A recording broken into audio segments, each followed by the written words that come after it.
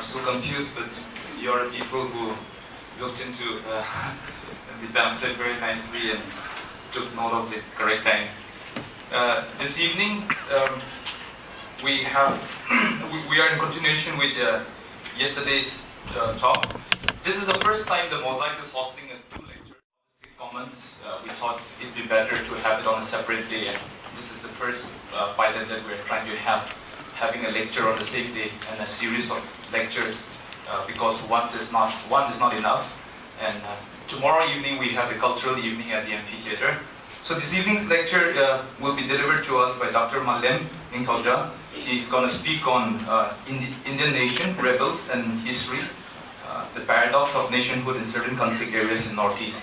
I would like to introduce for the chair of this evening session, Dr. Rocky Riley, if he can come over and sit here in the panel. He's a consultant for the Ministry of Social Justice and Empowerment.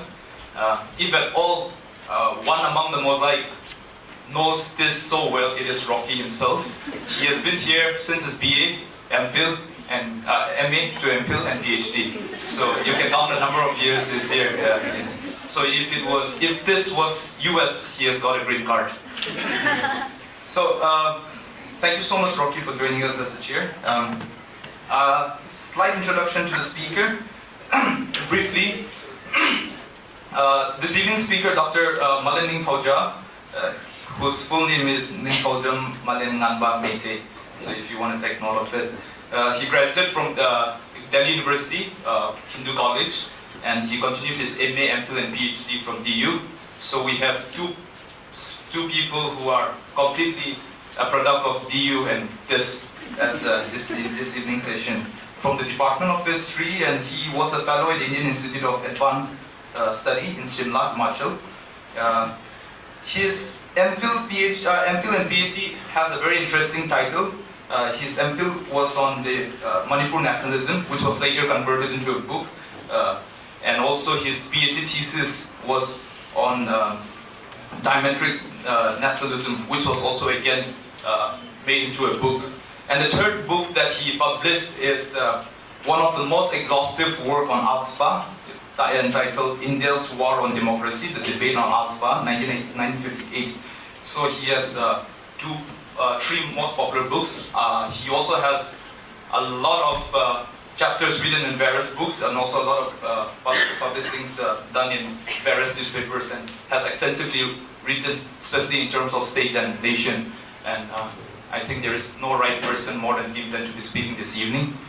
Without much ado, I would like to invite the Mosaic board leader to receive. Okay, if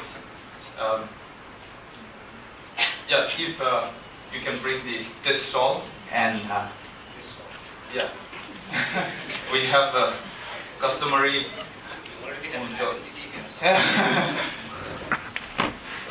Rocky can.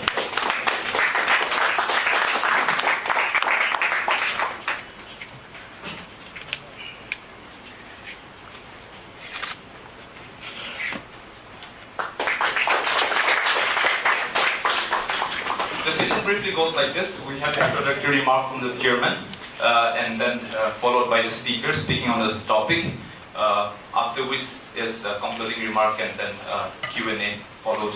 So I give the time for the chairperson this evening.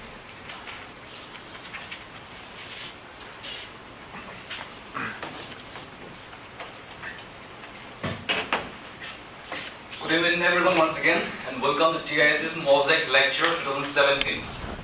At the outset, I would like to thank the organizer for giving me this opportunity to chair the session, even though I don't have any experience. Nevertheless, my basic role will be just to keep it time. But today's lecture will be delivered by none other than Dr. Malem Ningthouja, who has a huge field experience as well as is established academician. As Rodriguez mentioned, he will be delivering his lecture on Indian state, rebels and history, paradox of nationhood in certain conflict areas in Northeast, which I think is very relevant for a Mosaic festival to deliberate upon. Before I invite, I would like to make a few observations in regards to Northeast. The region called Northeast India in the past 3 to 4 centuries has witnessed an overwhelming transformation brought in by the influence of Bengal and followed by the British colonial rule. Along these processes, the changes emboldened one community over the race in special reference to princely state, and land plays an important role here in defining the present and future. The ethnic communities which left to themselves in fending their ancestral lands, customs, traditions, and culture. Demands for sovereignty is an initial assertion from ethnic communities of Northeast India. As consciousness gained foothold, the resistance took the root of movement for nationalism against the nation state. Nationalism movements are organic in nature. Over the decades, the nationalism movement in its bid for sovereignty has died down and reduced to autonomy of demand under the umbrella of the nation state. This has underpinning of the context that exists among various ethnic communities where the state has laid a ground for political economy, privatization of land, development, and etc. The outcome to this resolved into an expression of various ethno-nationalisms. The ethno-nationalisms operates at the power relations between ethnic communities. The non-existence of collective nationalism from ethnic communities can be read in 2 ways. The first one being that the state divisive politics nurture the growth of ethno-nationalisms, and the other being the expression of ethno-nationalism by resorting to state mechanism in making a claim against neighboring ethnic communities. These forms of nationalisms operating at the level of nation-state and taking recourse in expressing ethno-nationalism using state apparatus are the reality that frames the discourse of assertions among ethnic communities. The formations of creation of each state in Northeast has in no way diluted the feelings of nationalism among various ethnic communities. Rather, it has introduced the politics of territoriality. Hence, one can see even to this day various political demands stemming both from insurgent groups and civil society in the northeastern states with greater frequency and intensity. It is true that historically, the region has witnessed high level of violence, particularly armed insurrections. Political violence too has been directed in equal measure against different ethnic groups and the authorities, stemming mostly from ethnic and state subjugation. To address this, the government of India has adopted various approaches in dealing with the so-called region Northeast. They are like the cultural paradigms, the security paradigms, the political paradigms, and development paradigms as the mantra of all solutions. On the other hand, within the regions, for decades, there has been institutionalized operations, exclusions, and denials of rights by the dominant communities against the minority. Their voices and lead movements are subsumed within the dominant power structure. The dominant perspective, especially elite's perspective within, legitimizes all the decision making, be it political, social, or economical. So, can we explore and engage the agent-driven politics of dominant and subordinate social category in the context of Northeast, while unraveling the politics of nationalisms, and how unequal power relations of various communities lead to social unrest, development disparity, hostility, and structural inequality while asserting and articulating for nationhood. So, in the context of Northeast, ignoring the multifacets of marginality, structural inequality, and dynamics of power relation within the state and the region would amount to the denial of ethnic minorities' existence and their nationalisms. Against this background, the theoretical positions of Boaventura de Santos that cultural diversity and epistemological diversity are reciprocally independent finds its relevance in the context of Northeast. He posits that exclusions, oppressions, and discrimination it produces have not only economic, social, and political dimension, but also cultural and epistemological ones. I hope the speaker will unravel and present the ongoing diametrical nationalisms with reference to Mezos, Nagas, Kukis, Meiteis, Garos, Boros, and so on. With this note, may I invite Dr. Malem Ningthouja to deliver a speech. Thanks to Mosaic for inviting me. Perhaps you have invited the most confused man in the world to speak. Well, there's nothing left for me to speak, in fact. What I will do is, I will just try to put in a loose framework in the most simple language by not taking along the English language. Sometimes we are moved by technical terms and the language that we are accustomed to, and the message hardly reaches to the people across the region. So I will try to summarize everything in around 20 minutes, and then I will be more interested in the interactive session. To begin with, this confused man lived in a very confused region called Manipur, where there are at least 3 or 4 nationalisms coexisting. Right? You have the Indian nationalisms and its agents, and people who subscribe to the idea of Indian nations. Then there are large sections of the population having strong claims over the territorial area where the Nagaland is about to be established. And so like you have Naga nationalisms. And then the rest, Kuki nationalisms, falls into something called Salendon or something like Zoram, whatever it is. And there is Manipur nationalism, sometimes called the Kamaibak agenda or whatever. So you have the situations in a place like the Mosaic, same as the Mosaic, where people subscribing to different nationalisms are coexisting, confronting, negotiating, coordinating. So there is elements of coordination and conflict also at various levels.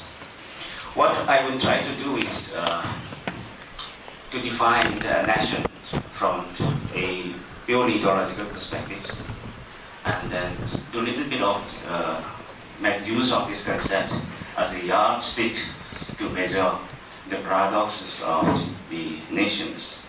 And then I will focus predominantly on the Indian state, its idea of Indian nationhood, and how it has been trying to,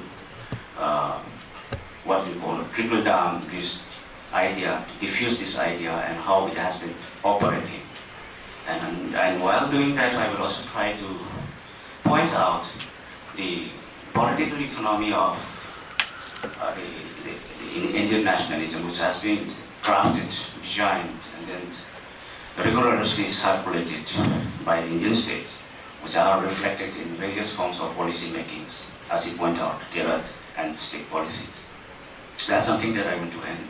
I'll try to focus a bit on how some of the forces that articulate particular nationalisms either continue to resist or have just scaled down their resistance due to negotiations, and where there are certainly negotiations going on. So like we have a very complex situation. But to see holistically as notice as a whole would be quite an injustice, because we don't have enough time to focus on every aspect, ranging from Garo to Boro to the Ahomia nationalism, or whatever it is, and the incipient forms of resistance centered on the idea of indigeneity, which is looming now with Arunachal Pradesh and Chirap areas and all that we do.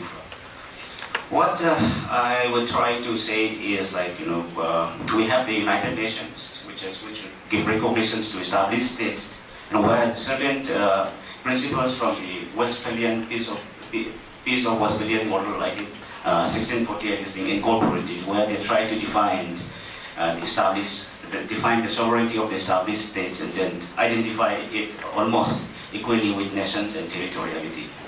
That's how India got recognition after 1947 in the United States, where people who are rebelling against the Indian state are still not being included into the list of, or say, Committee of Nations, except NACN-IN, who's got some kind of recognition at the level of UNPO, sometimes in the 1930s, but others are not still.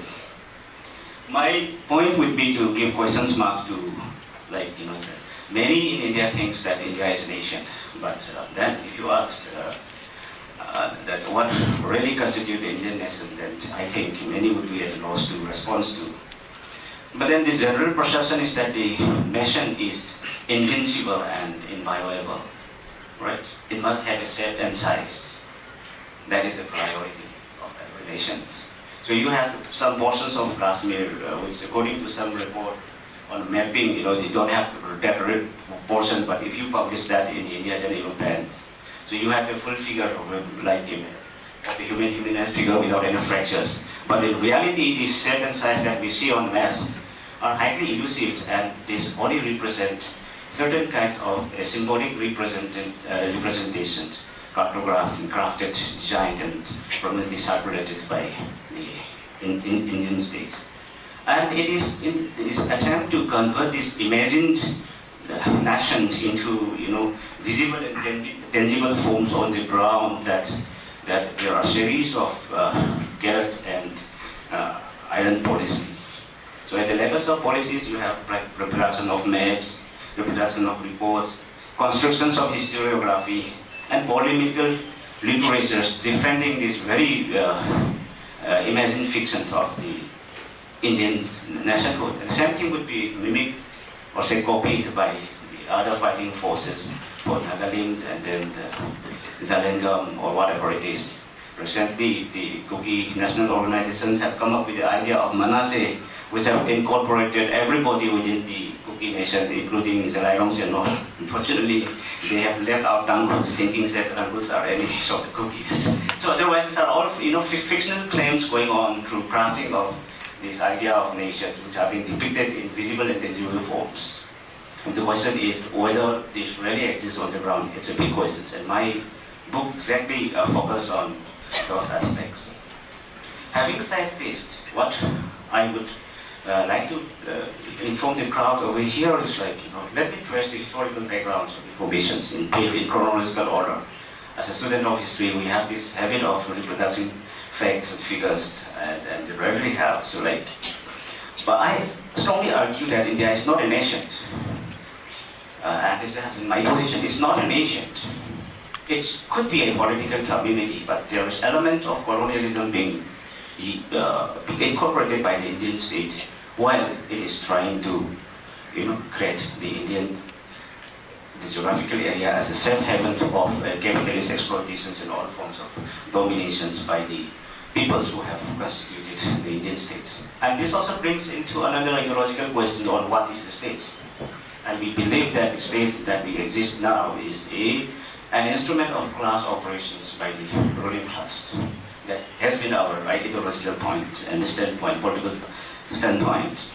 Based on that, what we said is that India's territorial making has been an ongoing process from mid-1940s. Thing is, after independence, India wanted to inherit everything that the British had possessed. And they want to create a geographical space by the Indian ruling class, by bringing into its fold different areas which have never been part of India. In a sense, never part of British India.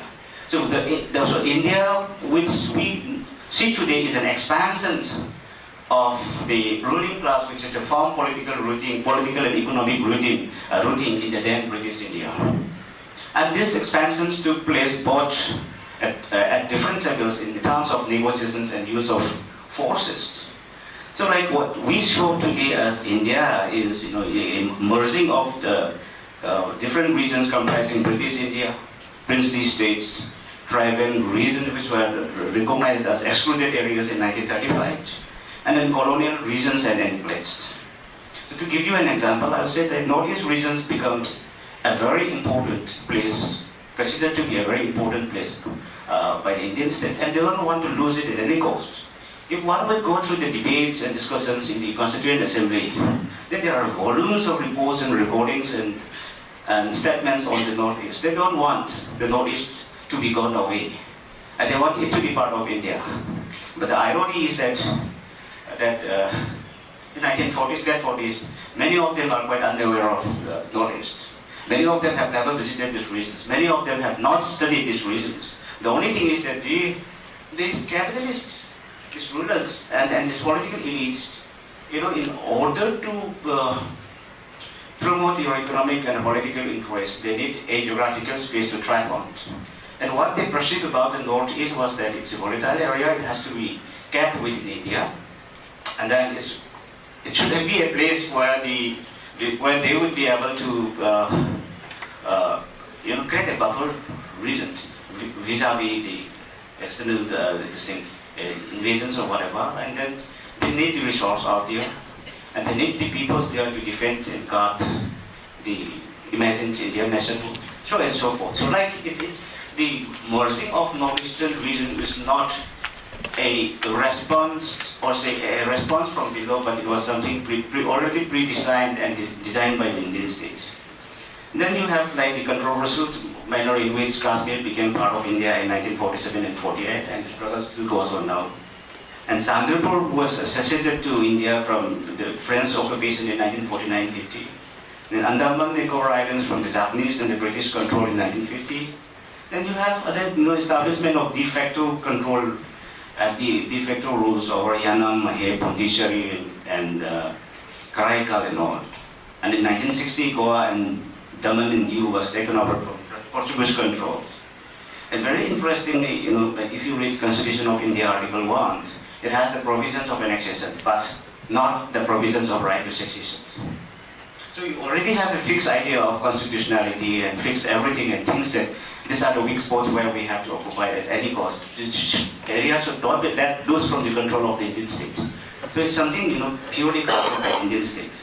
Again, in addition to what that have been taken over, they also have to increasingly penetrate to other neighboring regions, weaker regions, where sphere of influence of India's capital systems has to have a big stakeholder.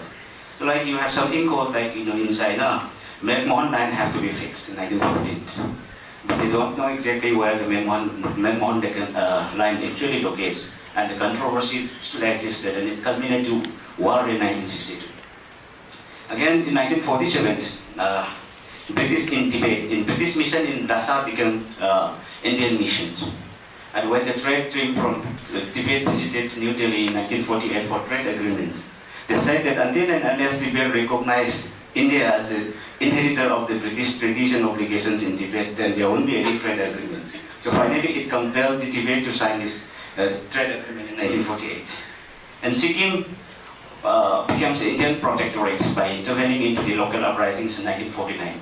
Since then, the protectorate was established strongly firmly until annexation of Sikkim in 1975. Then you have in Bhutan, where the foreign affairs of Bhutan has to be controlled by the Indian state from 1949 onward on the basis of the treaty. And then in Myanmar, it's a very dialectical and dynamic situation. But finally, they negotiated in 1953 about 1,000 square kilometers controversial area of Manipur was finally ceded away to Burma so that India had a free claim over Andaman and Nicobar Islands, the region which was in the Anglo-Indian and Anglo-British dominance areas. But again, Nepal, in 1940, the Treaty of Friendship totally subjected Nepal to the dictatorial role of the Indian states.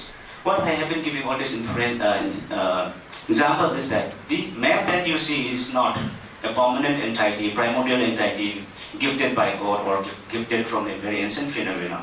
This is a very recent phenomena, it's aggression, and aggression is still going on. The border scheme is along to the Burma borderlines and the Bangladesh borderline, and the Arunachal Pradesh borderline has been still on. So this is not something invincible.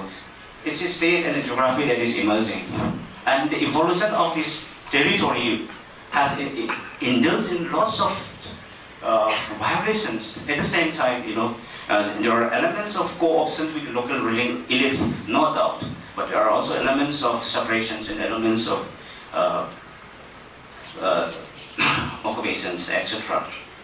What I am saying is, without understanding capitalism and how it really works, we will be able to fully understand the nature of Indian nationalisms. I am not talking about the lay persons who have blindly or uncritically subscribed to the idea of nationhood being articulated by the Indian state. But my focus is on the manner how the real elites have crafted this idea of Indian nationhood and how it is being endorsed to adopting very, very aggressive and and vicious cycles of politics. Now, I'm saying that India has been adopting an expansionist course. This is going to be seen now in the blue gas policy, which is being termed as a gas policy, starting from 1960s. And we are going to notice lots of fundamental changes in terms of, economic underdevelopment at a very full swing. I will be focusing into that, but if there's any questions from the crowd, then well, we can address to that. So what the phenomenon in the north is like that expansionist course for what? Occupation of territory, establishment of governance, exploitation of natural resources, and monopoly market, where they also installed the big military bastions in order to expand India's community relations with the neighboring Southeast Asian countries. And all this involves what? Control of knowledge systems, and this includes, among others, the idea of nationhood that is being rigorously diffused through different channels, starting from, designing your education curriculum to all kind of funding of research for various fields and etc.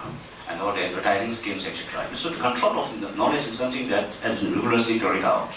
So the propaganda of nationhood and the discourse of order and terrorism. Interestingly, India has fitted all these occupied territories within the domesticity. And domesticity has a kind of international legitimacy that you don't see the resistance by the Mizo peoples, resistance by the Nagas in Manipur, or wherever as in freedom struggle. They are being seen simply as a law order problem by quote-unquote misguided peoples. Right? So the Nagas were not, and NNC was never seen as a revolutionary force in 1940s, 50s, 60s. So what you will see in the parliament debate is talking all about what is being called Naga hostile, as if hostile is an aberrative phenomena, right?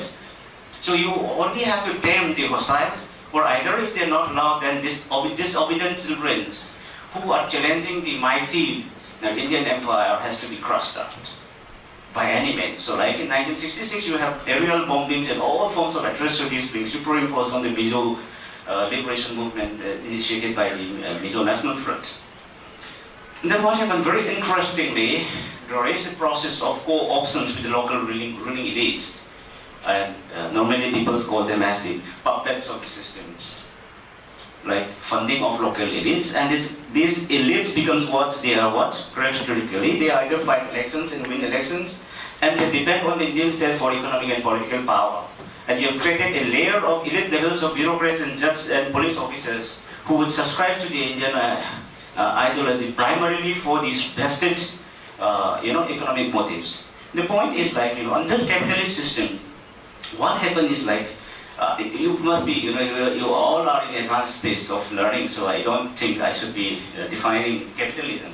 But I will be saying that, well, under capitalism, private ownership of the means of production is normed, and all social and political relations are governed by the system of commodity exchange for profit and agenda, and this has broken down everything to that level. And interestingly, in northeastern regions, the capitalist structure in northeastern region is something where you don't really see the the growth of local capitalist forces who would engage in, investment in the variable and constant capitals. They will not do that. Instead, the forms of accumulation of wealth is rested in misappropriation of rent provided by the Indian state. They call it central grants, but I call it rent. India is giving rent to the northern regions for occupying these regions because these regions has to be pacified. This is being dubbed as central grants or special plan assistance or whatever, but in reality it's a form of rent. And what the local elites and the puppets really does is, they fight among themselves in order to take a big share out of this rent. And this is the primary forms of accumulation of wealth. They loot it, they cover it in the name of community. And this is where the paradox of nationalism will actually rise in long term. So like the struggles between NSC and IM and the Manipuri nationalist forces are also partly on about how much territorial areas should come under their purview, because none of these so-called revolutionary forces have any proper economic and political programs. They rely on Indian money for fight for resistance against Indian states. That's the weakest point of the revolutionary forces. And in this accumulation process, gradually social stratifications along class lines takes place. This happens with the range and files of almost all the inter-on organizations. I can't prove it, but I know it. Is the process of militarization, policing, and repression. So it's not something like that the Indian security forces just came and occupied these regions.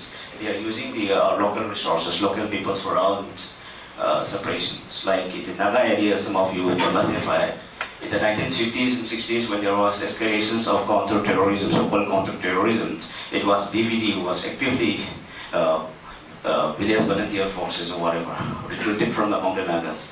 And if I have to give you a lengthy lectures on how the intelligence and the military forces operated in a very concealed manner, it will be a totally different chapters and it will take lots of time. But as a scholar and as an academic, I have gone into that and I know how it really happens. But I won't be touching here. Along with that, there are proxy wars at various levels, at the levels of political parties, at the levels of communities, etc., etc. So like the occupations of the regions and the attempt to perpetuate the neoliberal system under the command of the Indian ruling class involves all these phenomena.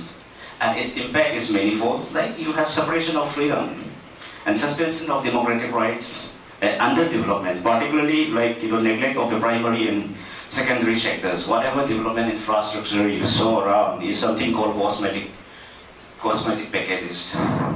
Just an ugly woman with a bad stomach having lots of errors on the face. You want to cover up that face and use the cosmetics just to show that it's bright and beautiful.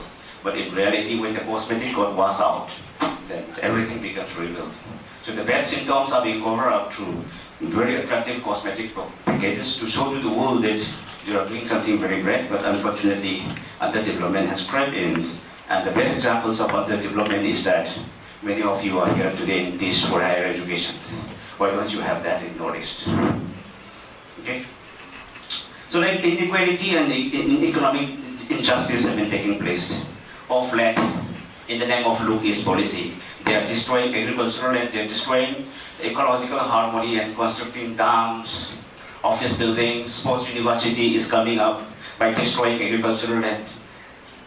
And so like, normally, there is no proportionate development. So the basic rules of capitalism, that is unequal development of nations, really persist, and Northeast becomes a hub of the consumers of the goods manufactured outside the regions.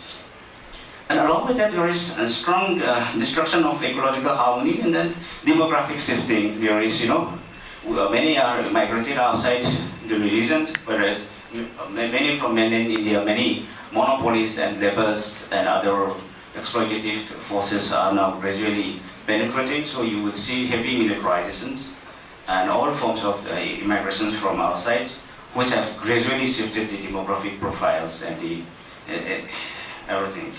So we have bad symptoms along with the changes being brought about by the Indian state. And what I am trying to say is like, while these things takes place throughout this period from 1947 to this date, there are concurrent community formations at various levels.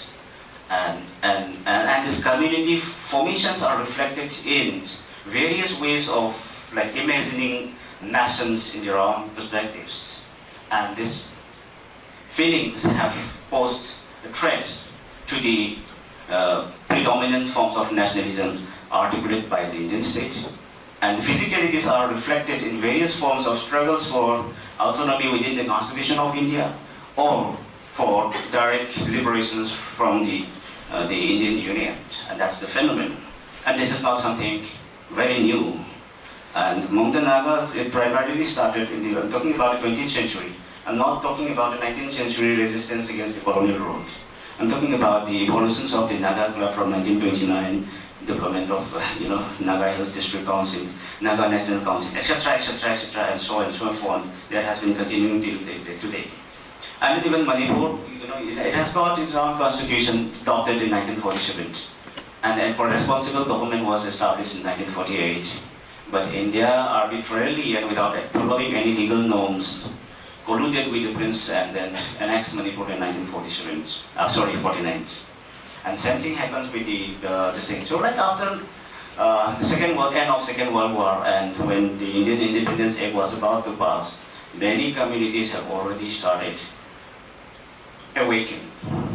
And this awakening was reflected in various forms of assertions of nationalisms of various kinds, which was primarily conceived by the elite sections, and then it got materialized into forming different organizations, and this organization spearheaded different forms of democratic or say constitutional demands, and along with that there are also sections which have carried out armed resistance. So this is not something new, and this is not something historical, but then it operates in a situation, in a historical juncture, where the Indian state has also rigorously trying to impose this very idea of nationhood in a very diabolical and in a very repressive manner. I am not discussing about AFSPA and state terrorism at this point of time. I think I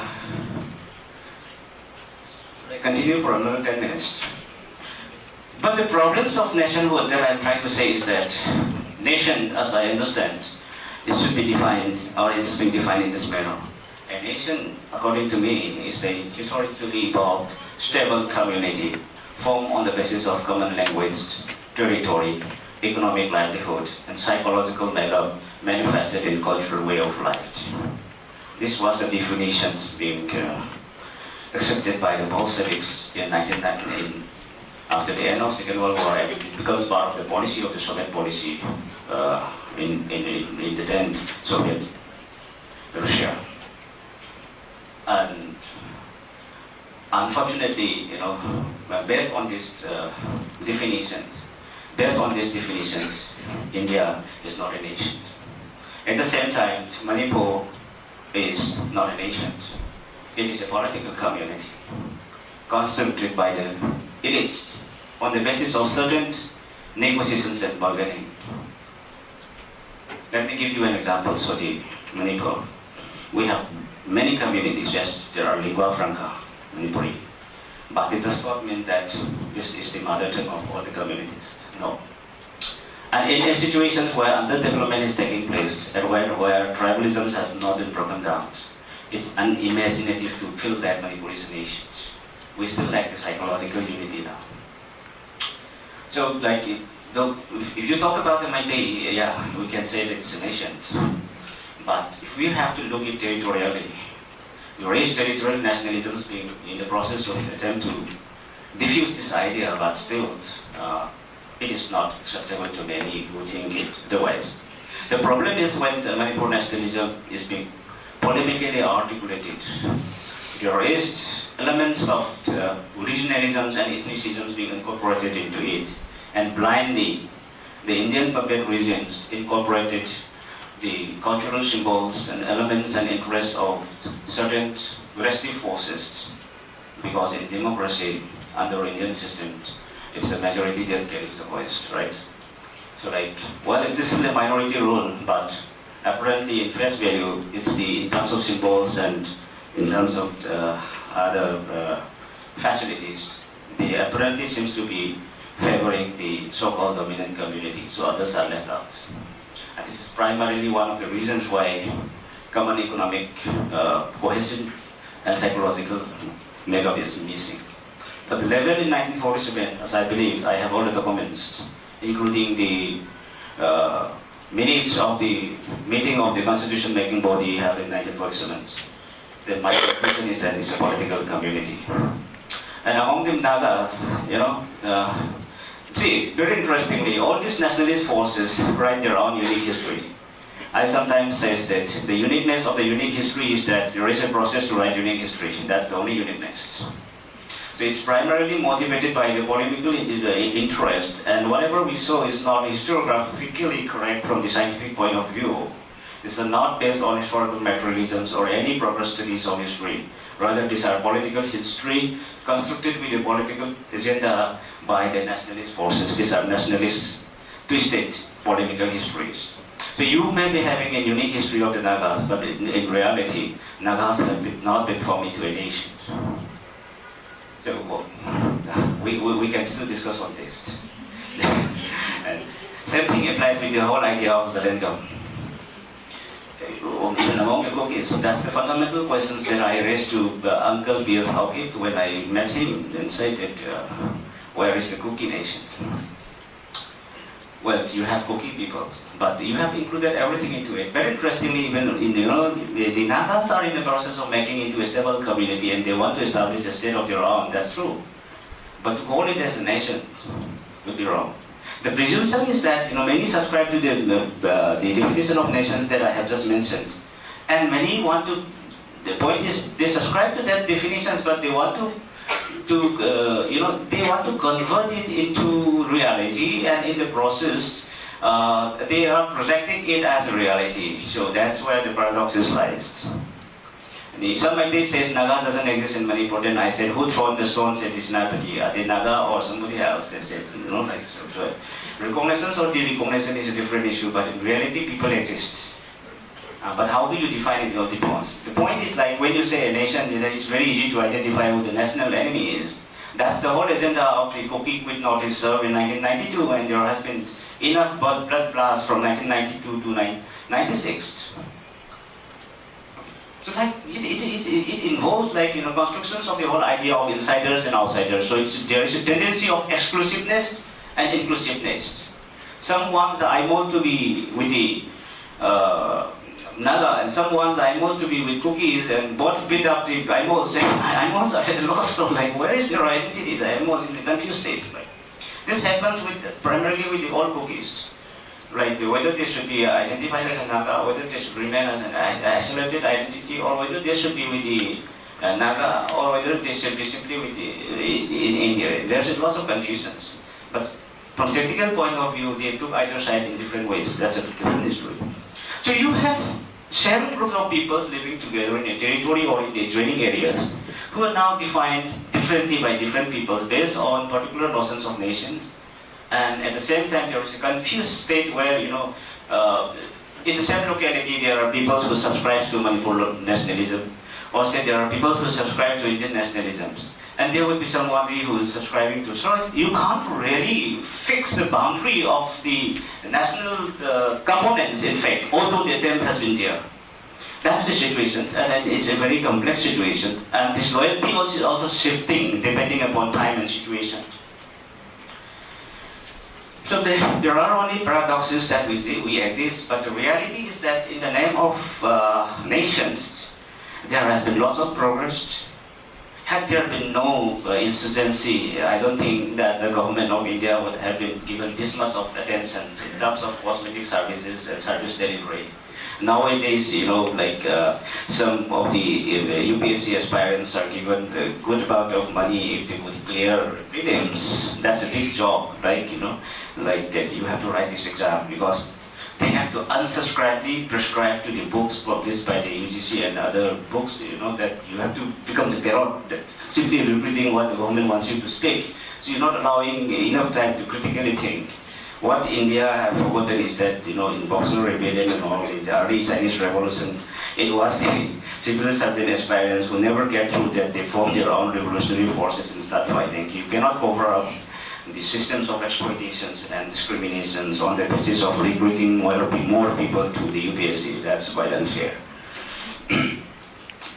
So let me conclude by saying that neither India, nor Ganglei Park, nor Nagaland, nor Jalangams are nations.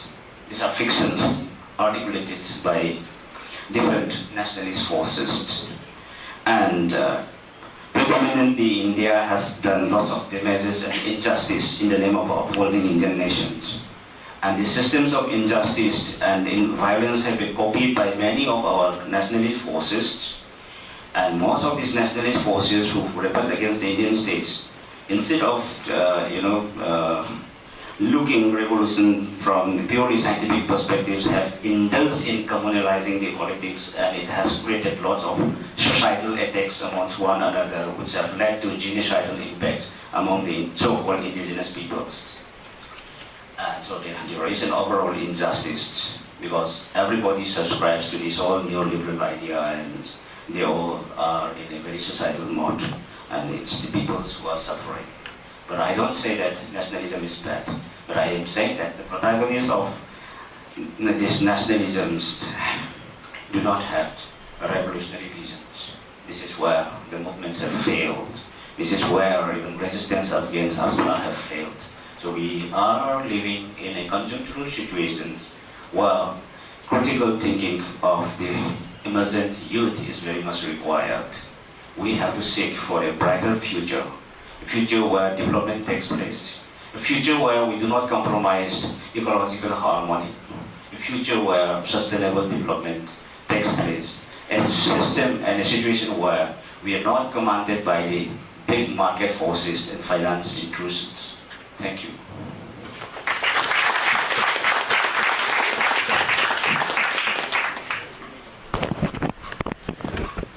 Thank you so much, Dr. Malem. He has covered a wide range of issues, starting from the very problematizing the very notion of nations, and he has also traced in the historical trends to give in the few visions of the future.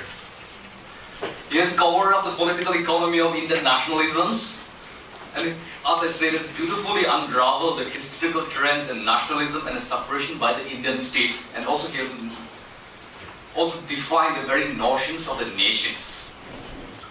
So without wasting further time, I will now open the floor for questions, and I would like to request the audience that please, when you ask the question, be brief and precise. Now the floor is open.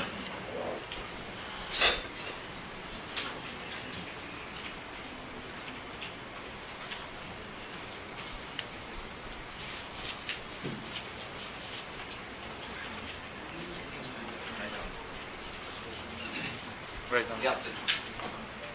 Good evening.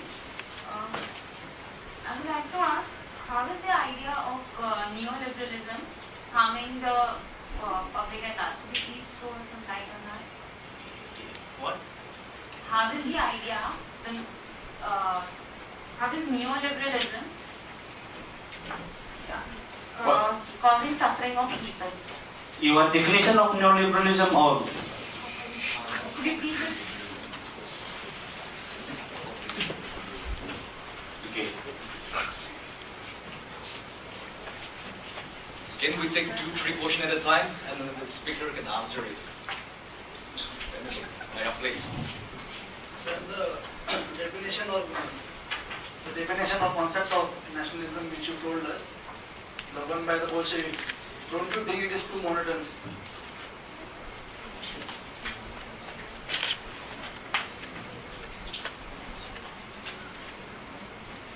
Do you have any more questions?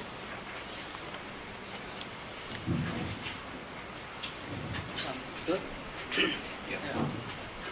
So there's this statement which you said that, neither India or Nagaland or any other are nations. These are not nations. So, but then you said, they are constantly, these are, the nationalism in the Northeast have been constantly attacked by India. So, what is this India you are talking about? Is it a nation, or is this some abstract identity? Because initially you said, neither India or Nagaland are nations, but then you said, but the idea of India has constantly attacked the nationalisms in the Northeast. So what is this India you are talking about?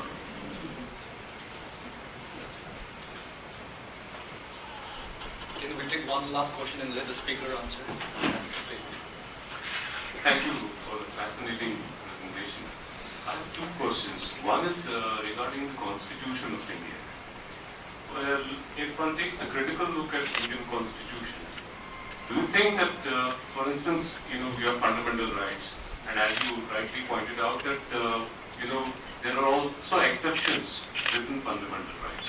For instance, when you compare fundamental rights within India, there are various chapters, but fundamental rights are squeezed, compared to other liberal constitution, where, for instance, U.S. Bill of Rights is complete constitution, and here you have very small portion fixed for fundamental rights, and within that fundamental rights there are exceptions made. And when it comes to regions like Northeast, you have where, for instance, Armed Forces Special Powers Act is an emergency provision which has its legacy in colonial times and which remains an emergency. It's also in need of taking a more regional approach to Northeast. When I'm saying regional approach, I'm saying that for instance, at one level you can say that now state is talking about Northeast as a gateway, which yesterday we were having a discussion here. But imagination of Northeast in region as a region in itself, as a region which existed much before the idea of India came into existence. So that approach, do you think that will sort of give us possibilities of reimagining Northeast as well? I could not understand your first question. It was more, I thought it was more of a comment, so that please focus on the question. No.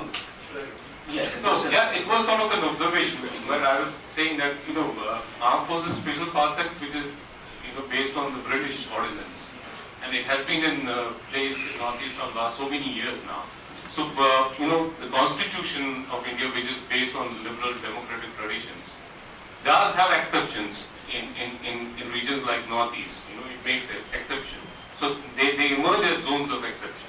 So do you think the Constitution also reflects that idea of India, which is, according to you, I will respond to this question starting from the first. The stand of exception is coined by Agamben is reflected. But let me tell you a brief about ASFA. Let us not try to see ASFA as purely Northeast rhetoric, okay? Number one. ASFA was throughout India from 1948 till 1957, when you are blind to taste. The ordinance came into being to suppress Quit India movement in 1942. It becomes an act, and it was throughout India from 47 till 57. But then from 1958 onward, it's being imposed in Northeast. From 93 onwards, for some years, it was in Chandigarh. Then from 90 onwards, it's in this thing. Point is, when I talk about ASFA, my focus is more on the military aspect of the capitalist state. That how we engage in structuralism as a forms of suppressions of democratic West. That's the point that I want to point out. With ASFA or without ASFA, human rights violations by the state can take place. This is what is happening in this current Central Indian regions. So unless we understand the whole aspects of state terrorism, deeply rooted in the manner of the capitalist structures, then we're going to fail completely. So some Northeastern activists really took it from a very sectarian perspective, and they see ASFA as the only exceptional phenomenon. No, that's untrue. But yes, ASFA has a symbolic significance, so we are targeting this significance. That's true. And need for regional approach. Let me tell you, Northeast is a mosaic. I don't know where do we measure Northeast from which part of the country. So I don't know, even the geographical location is very complex. And Northeast is very big, and it's not a homogeneous entirety. And it is in a very distinct situations. You don't need a specific Northeast regional approach. You need a system that does justice to every individual in terms of distribution of services and in terms of the proportionate development. That may also solve to some extent the problem. And India must incorporate the idea of federalism based on voluntary unionism. It must not try to make India into a prison house of nations and nationalities. That's a strong point that I want to focus. Because nations can come together and form alliance and live together as a multinational enterprise. Russia did it, they have experienced it. And also the European organizations have come together under the European Union. Some things that is not benefiting them, so we show pretext. So that should not be seen as a fixed entirety. It should be seen as something voluntarily constituted with the rights to self-determination, to determine their own future. without hurting or dominating others, right? That should be the approach. So you don't need the Northeast specific approach. You already have Lugis policy and Northeast specific approach, and lots of distractions in the name of conspiracy. That's all right. We don't need exceptions. We only need friendship. We only require justice. That's it. Well, the idea of neoliberalism, yes, and suffering of the people. See, neoliberalism is a terminological coinage, in fact. Capitalism adopts in different ways, in different circumstances. And somebody may call it something, or somebody may call it something, but the true fact remains that there are strong collaborations between the rulers and the big financial powers and peoples, the Indian capitalist forces. And neoliberalism also allows certain forms of semi-feudal remnants and tribalisms to exist because it really benefits them, because they have to work on the basis of dividing peoples at various levels and various layers. So the point is like, you have your own peoples being elected to the power, but these are, as I said, puppets who really control, who are dependent on the big forces for their own political and economic program. So there is no fundamental changes by adopting a different jargon or a different terminology. The systems of misrule, the system of, and the structure of misgovernance continue to persist. So you may change the regime from the British to the Brown Sahibs, but the system of exploitation and operations and underdevelopment initiated by the colonial forces has been largely continued. That may be the reason why some people rose in protest against the so-called independence of 15 August or 26th Republic Day. It has to be continued because that's the way that's the only way through which the Indian state could survive. That should be my brief response. And see, monotonous, what we call definition of nations and voluntary unionism. Let me tell you something. It was not simply a definition, it was a policy. And it was based on that policy that it was Soviet for the first time recognized right to self-determination of nations. And after Second World War, when the United Nations was formed, they were the big forces behind, which led to the declarations of the rights of the peoples involved. So what happened when Russia was shattered into pieces? There was no bloodshed involved. So that historical right was recognized, and this is the only working definitions. Many bourgeois theorists and postmodernist theorists have spoken lots on nationalisms, but they have not been able to give working definitions on nations. This is a Stalinist definition which still remains present. And Indian state itself want to say that India is a nation because we have one language policy. Now they want to convert. The current regime want to convert Hindi into a national language, right? So they are working within the paradigms of these definitions, although they are misrepresentations. So I think it's very much working still now. What is India? I am talking about Indian state. I'm not talking about the progressive Indian peoples and the vast sons of the helpless beggars or whatever it is. So when I mentioned mystically India, I am referring to the Indian state. And when I say Indian state, it also includes the local puppet regimes out there in my own state. We can go for second round of questions if there are any more.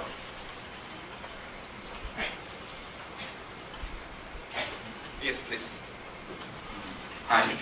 My question is, as a follow-up to the question that the fellow there asked regarding the definition of nationalism.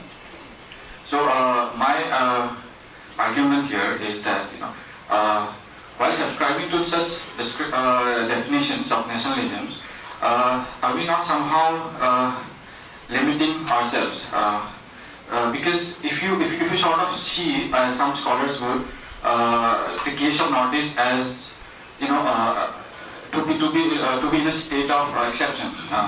It can be seen as a case of exception can we withhold ourselves from defining our nationalisms or our sub-nationalisms, ethno-nationalism, whatever we call it, and do we not, if we withhold that particular subscription to particular definitions and not define ourselves from the vocabulary of the other, and look at our movement as an entirely different one, as an exceptional case.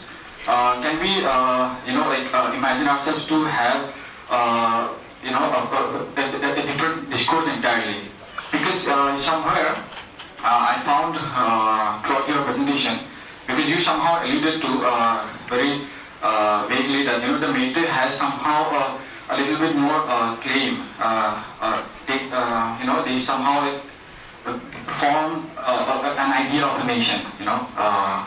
Whereas the Kuki or the Naga lack that particular quality to be to see themselves as a nation, to argue for a nation, demand one more precisely. So are we missing something here? Can we withhold that particular subscription to one particular definition if we see ourselves as a case of exception here? Well, it's very interesting. I have given definition of nation, not nationalism. Number one, clarifications. All that I have given was definition of nations, but I have not defined what nationalism is. To define nationalism is very easy. Love for nations, right? Love for nation is nationalism. But the point is whether your love is really corresponds to the objective reality or is it just an imagination. And so it is and Anderson's talk about imagined communities, that's in imaginations, not the ground reality. The Sikhs would have the Khalistan's imagination, they all live outside their state, and they are talking of Khalistan nationalism from the United States. Where will they fight war for liberation? They never come down. So where is the nation existing? It's an imaginative fiction. Now, I said Meiteis in Manipur can be called a nation, but Manipur cannot be a nation. It's not a nation. I think you're following it. If you want to say that Nagas are a nation, then what about the Eastern Naga people's organization saying that these peoples are not nations? And some peoples from the Ningthouja are saying that these are Kacha Nagas. So how do you explain it in the light of that? Psychological manifestations of oneness should come along with material foundations where language, territory, and economic cohesion plays a very important and decisive role. Without that, it is unthinkable to imagine of nations. All English-speaking peoples across the globe cannot form an English nation. Right? That's the reason why the 13 colonies in the United States demanded for a separate country. You may have the same language, but all the Meiteis together across the globe cannot form a Meitei nation because they are not geographically contiguous. The whole project of the Naga Nationalist Forces in 1992 to 96 was to flush out the cookies so that they created a purely contiguous Naga areas because territory plays an important role. That's the reason why there was so much of escalation. Let's not go much deeper, but we can discuss outside it. But I am saying that Nagas are in the process of forming into a political community. They have coined a term called Naga. If you read the Simon Commission report, the memorandum to the Simon Commission, among the 7-8 tribes, Kuki was included. Kuki who lives in Nagaland was included as a Naga. But many from the current Manipur were left out because till that point of time, there was no idea of federations coming up, emerging. It was a post-Second World War phenomenon which gradually got increased. So I am saying that there is a process of forming Naga into a political entity, which in the long process, if Nagamis would be able to become a lingua franca among the entire Naga-speaking people, and if by chance the alternative arrangements work out, and if they come together under one administrative area and there is economic development, which will unite people psychologically, then maybe in the future course of time, Naga nations may come into an objective reality. But that is not the condition in the present. That's what I'm trying to say.